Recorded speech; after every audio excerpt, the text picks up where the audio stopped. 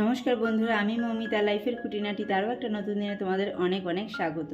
অনেক দিন পর এইভাবে সামনাসামনি এসে আর কি ভিডিওটা শুরু করলাম। কি বলো তো, গরমের জন্য না আর পারছি না, দেখতেই পাচ্ছ মুখ হাত মুখের কি অবস্থা। আর তারপরে আমার যে ঠান্ডাটা লেগেছে এখনও সারেনি, সারবে কি করে, এত পরিমাণে ঘামছি। সেই ঘাম বসে বসেই ঠান্ডাটা আরও চেপে বসে রয়েছে। তো যাই হোক, আজকে অনেকটা সকালবেলা ঘুম থেকে ওঠা হয়েছে। মেয়ে স্কুলে চলে গেছে, কর্তামশাই কাজে বেরিয়ে গেছে। এখন ঘড়ির কাঁটায় বাজে হচ্ছে 8:28। তো আজকে এত সকালবেলা কেন উঠেছি, কারণ হচ্ছে মেয়ের স্কুলের টাইমটা অনেকটা এগিয়ে এসেছে, আবার ছুটির টাইমটাও অনেকটা এগিয়ে দিয়েছে। এই গরমের জন্য আর কি এই নিয়ম শুরু করেছে। আসলে আমাদের এখানে অন্যান্য কেভিতে অনেক দিন আগেই এটা শুরু হয়ে গেছিলো, আমাদের স্কুলটাতেই এই আজকে থেকে স্টার্ট করলো। আর যেগুলো আর কি স্টেট গভর্নমেন্টের আছে, তো সেগুলো তো গরমের ছুটি পড়েই গেছে। আর যেগুলো প্রাইভেট আছে সেগুলো তো তোমার অনলাইন হয়ে গেছে। আর আমাদের যে সেন্ট্রাল গভর্নমেন্টের এটা এই যে টাইমটাকে একটু এগিয়ে দিয়েছে, শুরুর টাইমটাও এগিয়ে দিয়েছে, ছুটির টাইমটাও অনেকটা এগিয়ে দিয়েছে। তো খানিকটা হলেও রেহাই পাওয়া যাবে। তা না হলে ওই গরমে যে যখন স্কুল থেকে ছুটি হতো না, ওই 2:30-3টের সময় ঠাটা পড়া রোদটা মাথায় নিয়ে আসতে হতো, আর আমাদেরকে আনতেও যেতে হতো ওই টাইমে। তো ভীষণ কষ্ট হতো। যাই হোক, একটু হলেও রেহাই পাওয়া যাবে। তো এই যে দেখো, এখনও সোফাতে কত জামা কাপড় রয়েছে, ওগুলো কালকে কাচাকাচি করা হয়েছে, ওগুলো ভাঁজ করব।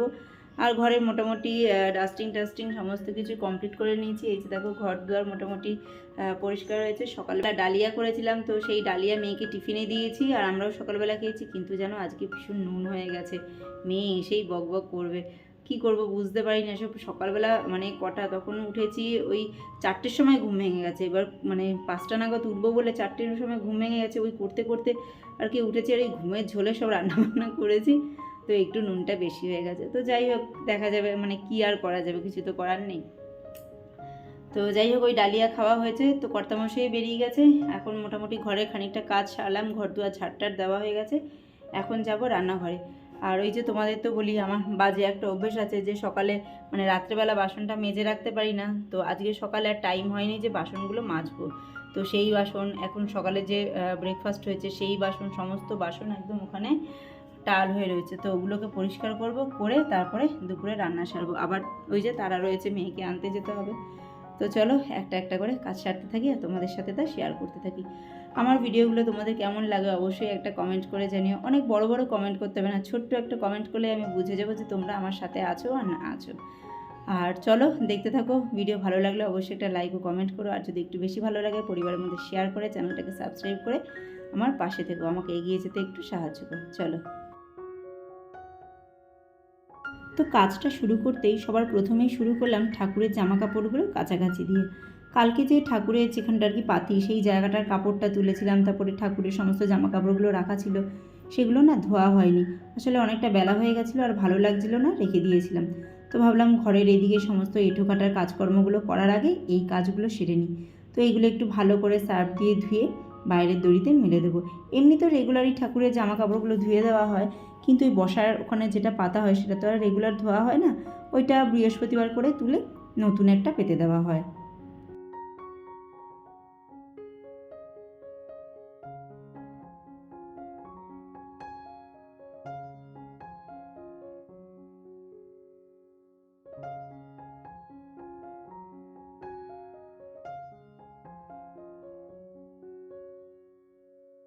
আজ একটু সকাল সকাল জলের কাজগুলো করছি বলে একটু ঠান্ডা জলে হাত দেওয়া যাচ্ছে। তা না হলে না গরম থাকে জল, রীতিমতো মনে হয় হাতে একদম ফোস্কা পড়ে যাবে।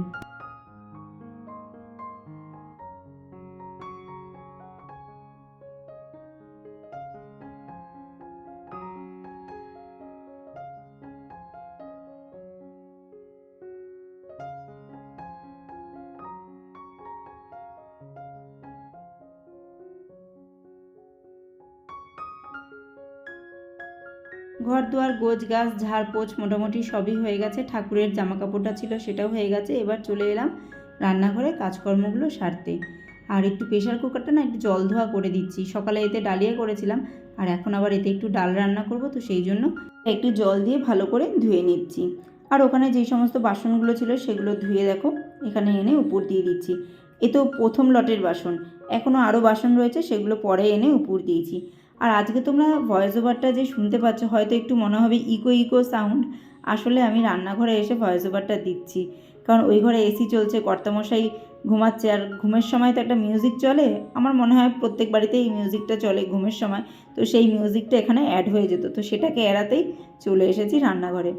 আর দেখো, যেহেতু সকাল সকাল কাজে হাত দিয়েছি, তো জলটা ঠান্ডা তোমাদের বললাম, তো সেই জন্য ভাবলাম এই গাছগুলোকে আজকে একটু ভালো করে ধুয়ে নিই। এগুলো রান্নাঘরে থাকে তো এর মধ্যে তেল কাজটাও পড়ে, ধুলোবালি তো আছেই, তো এই পাতাগুলো একটু ভালো করে ধুয়ে মুছে দিচ্ছি, দিয়ে একটু ঠান্ডা জলটা গ্লাসের মধ্যে আবার চেঞ্জ করে রেখে দিচ্ছি।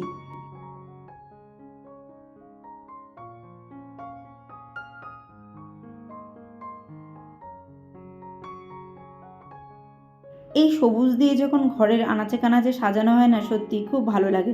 আমি হয়তো প্রায় ব্লগেই তোমাদেরকে বলে থাকি, দেখবে তোমরা একটু সবুজ দিয়ে যদি ঘর দুয়ার সাজানো গোছানো হয়, সেটা দেখতে কিন্তু খুব ভালো লাগে। রান্নাঘরকেও যে এত সুন্দর করে সবুজ দিয়ে সাজানো যায় আগে জানতাম না, জানো। যবে থেকে এই ব্লগ দেখার নেশা হয়েছে তবে থেকে শিখেছি যে না, রান্নাঘরকেও কিন্তু মনের মতো করে সাজিয়ে তোলা যায়।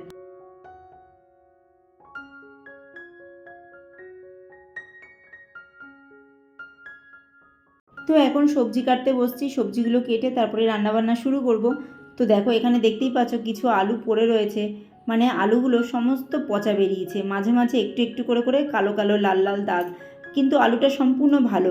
ওই যে একটু লাল দাগের জন্য না সমস্ত আলুটা একটা পচা গন্ধ। প্রথমে আমি একদমই বুঝতে পারিনি, দুদিন প্রায় এইরকমই দু একটা আলু রান্না হয়েছে, তারপর থেকে একটু খেয়াল করতেই ধরতে পারছি যে আলুগুলোর এই অবস্থা। তো আলুর কথা তো বাদ দিলাম, এবার এখানে আর বাদবাকি সবজিটা কাটাকাটি করে নিচ্ছি। তো আজকে একটু পটল ভাজবো, উচ্ছে কুমড়ো দিয়ে ভাজবো, আর তোমার একটু ভেন্ডি আলু ভাজবো, আর ডাল রান্না করব আজকে এই ভাজাভাজির ওপরেই। অনেক দিন হলো সত্যি বলতে মাছ মাংস খাওয়া হচ্ছে না, কারণ আমার ইচ্ছেই করছে না মাছ মাংস রান্না করি, কারণ মাছ মাংস আনলে একটু পেঁয়াজ রসুন আদা দিয়ে না রান্না করলে ভালো লাগবে না, তো সেই জায়গাটা এড়াতে গিয়েই বেশিরভাগই এখন সবজি খাওয়া হচ্ছে। এমনিতেও চারিদিক থেকে তো খবরাখবর পাওয়াই যাচ্ছে যে যা গরম পড়েছে, এই গরমে মাছ মাংস একটু এড়িয়ে চলাটাই ভালো, বিশেষ করে মাংসটা। যত সবজি খাবে আর জল আছে এমন সবজি যত খাবে, তো সেই সবজি খেলে আর কি শরীরের পক্ষে অনেক অনেক উপকার। আর বিশেষ করে এই সময় তো প্রায় রোজই পাতে তিতো থাকা দরকার, তো সেটাই আর কি চেষ্টা করি সব সময়। দেখো বন্ধুরা, ব্যবসা মানেই কিন্তু লাভ লোকসান ক্ষতি সব রকম মিলিয়েই, যে কোনো জায়গাতেই কিন্তু লাভ আছে লোকসান আছে, ঠিক আছে, কিন্তু মানুষকে ঠকিয়ে যে ব্যবসা করে না, সেই ব্যবসায় কোনোদিনও কোনো কিছু হয় না। ব্যবসা মানেই কোথাও না কোথাও একটু কারচুপি প্রত্যেকেরই আছে, সে যে যাই ব্যবসাই করুক না কেন, কিন্তু কিছু মানুষ আছে যে জোচ্চুরি করে যে ব্যবসা করে, সেই জোচ্চুরির ব্যবসা কিন্তু কোনোদিনই টেকে না। এই কারণে না, আমি যেখানে বসবাস করি তার পাশেই যেই বাজারটা আছে, এই বাজার থেকে আমি কখনো বাজার করতে একমত নই। এক তো দাম প্রচুর পরিমাণে বেশি নেয়, ওর জিনিসপত্র তুলনামূলক অনেকটাই খারাপ।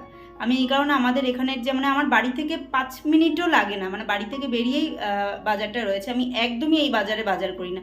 আর আমি তো আমার সব সকল এলাকাবাসীকে বলবো যে এখান থেকে বাজার করতেও না।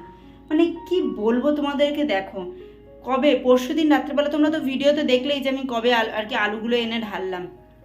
তুমি পরশুদিন, কালকের ভিডিওতে তোমরা দেখেছো, তুমি পরশুদিন রাত্রেবেলা এনে আলুগুলোকে ঢেলেছি, সেই কয়েকটা আলু রান্না করেছি, তাও না দুটো একটা আলু রান্নার মধ্যে গেছে যে একটু গন্ধ গন্ধ। কর্তামশাই আমাকে বলছে যে আলু এনেছো, আলুগুলোকে দেখে করনি, পচা টচা আলু আছে।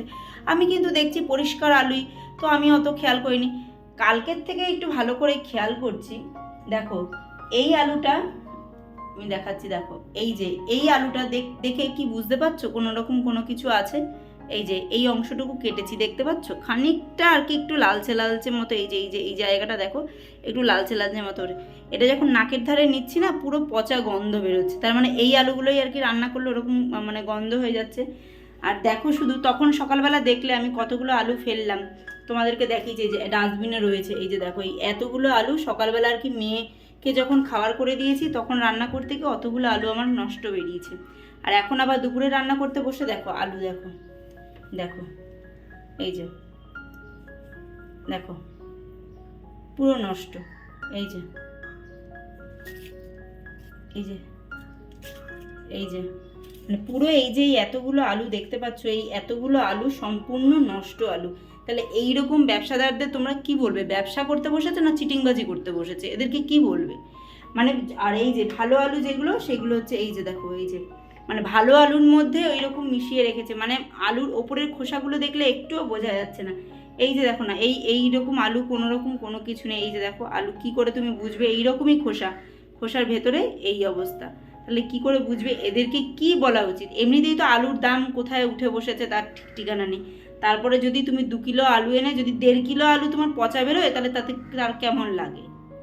না, আমার যা রাগ উঠছে না, তোমাদেরকে কি বলবো। আলুগুলোকে দেখছি আর ভাবছি যে এই অবস্থা। তুমি বলো কতগুলো আলু, তোমরাই বলো। দেখো, বলবা যে দিদি তুমি দেখে কেনে নি। সত্যি কথা বলতে আমি তো কিনিই না, কর্তামশাই কেনে। এবার ও এতকাল বাজার করে, নিশ্চয়ই ওর তো একটা আইডিয়া আছেই, সেই বুঝেই ও বাজার হাট করে। কিন্তু মানুষ যদি এইরকম করে চিটিংবাজি ব্যবসা করে, তাহলে তাকে কি বলবে? আমার এখন মনে হচ্ছে এই আলুগুলো নিয়ে গিয়ে যেই দোকান থেকে কিনেছি ওই দোকানদারকে নিয়ে গিয়ে আবার ছুঁড়ে দিয়ে আসি। মানে রাগে না আমার শরীরটা জ্বলে যাচ্ছে। একটা দুটো নষ্ট বেরোয় ঠিক আছে, গরমের মধ্যে জিনিসপত্র ঠিক নেই, একটা দুটো তিনটে চারটে পর্যন্ত ঠিক আছে, এতগুলো আলু যদি এরকম নষ্ট বেরোয়, তাহলে তার কীরকম গায়ে লাগে। আজ হয়তো তোমরা আমাকে অনেক রাগি মুডেই দেখলে, তাই না? আসলে আমি এরকমভাবে কোনো সময় বেশি খোঁচি না তো। আর যখন খোঁচে যাই তখন একটু মারাত্মক আকার ধারণ করে না। আসলে কি বলবো বলো তো, 2 কিলো আলু নিয়ে এসছে, তার মধ্যে আলুগুলোর ওই অবস্থা। দেখতেই তো পেলে কতগুলো আলু, মানে প্রায় অর্ধেকের বেশি আলু আমার এইভাবে নষ্ট হয়েছে। তাহলে রাগটা হবে না কেন বলো? আর আলুর যা দাম এখন, আমরা আলু খুব কমই খাই, কিন্তু যতটুকু খাই ততটুকু তো আর কি লাগে, তো সেই হিসাবে একটু বেশি করেই এনে রাখা হয়।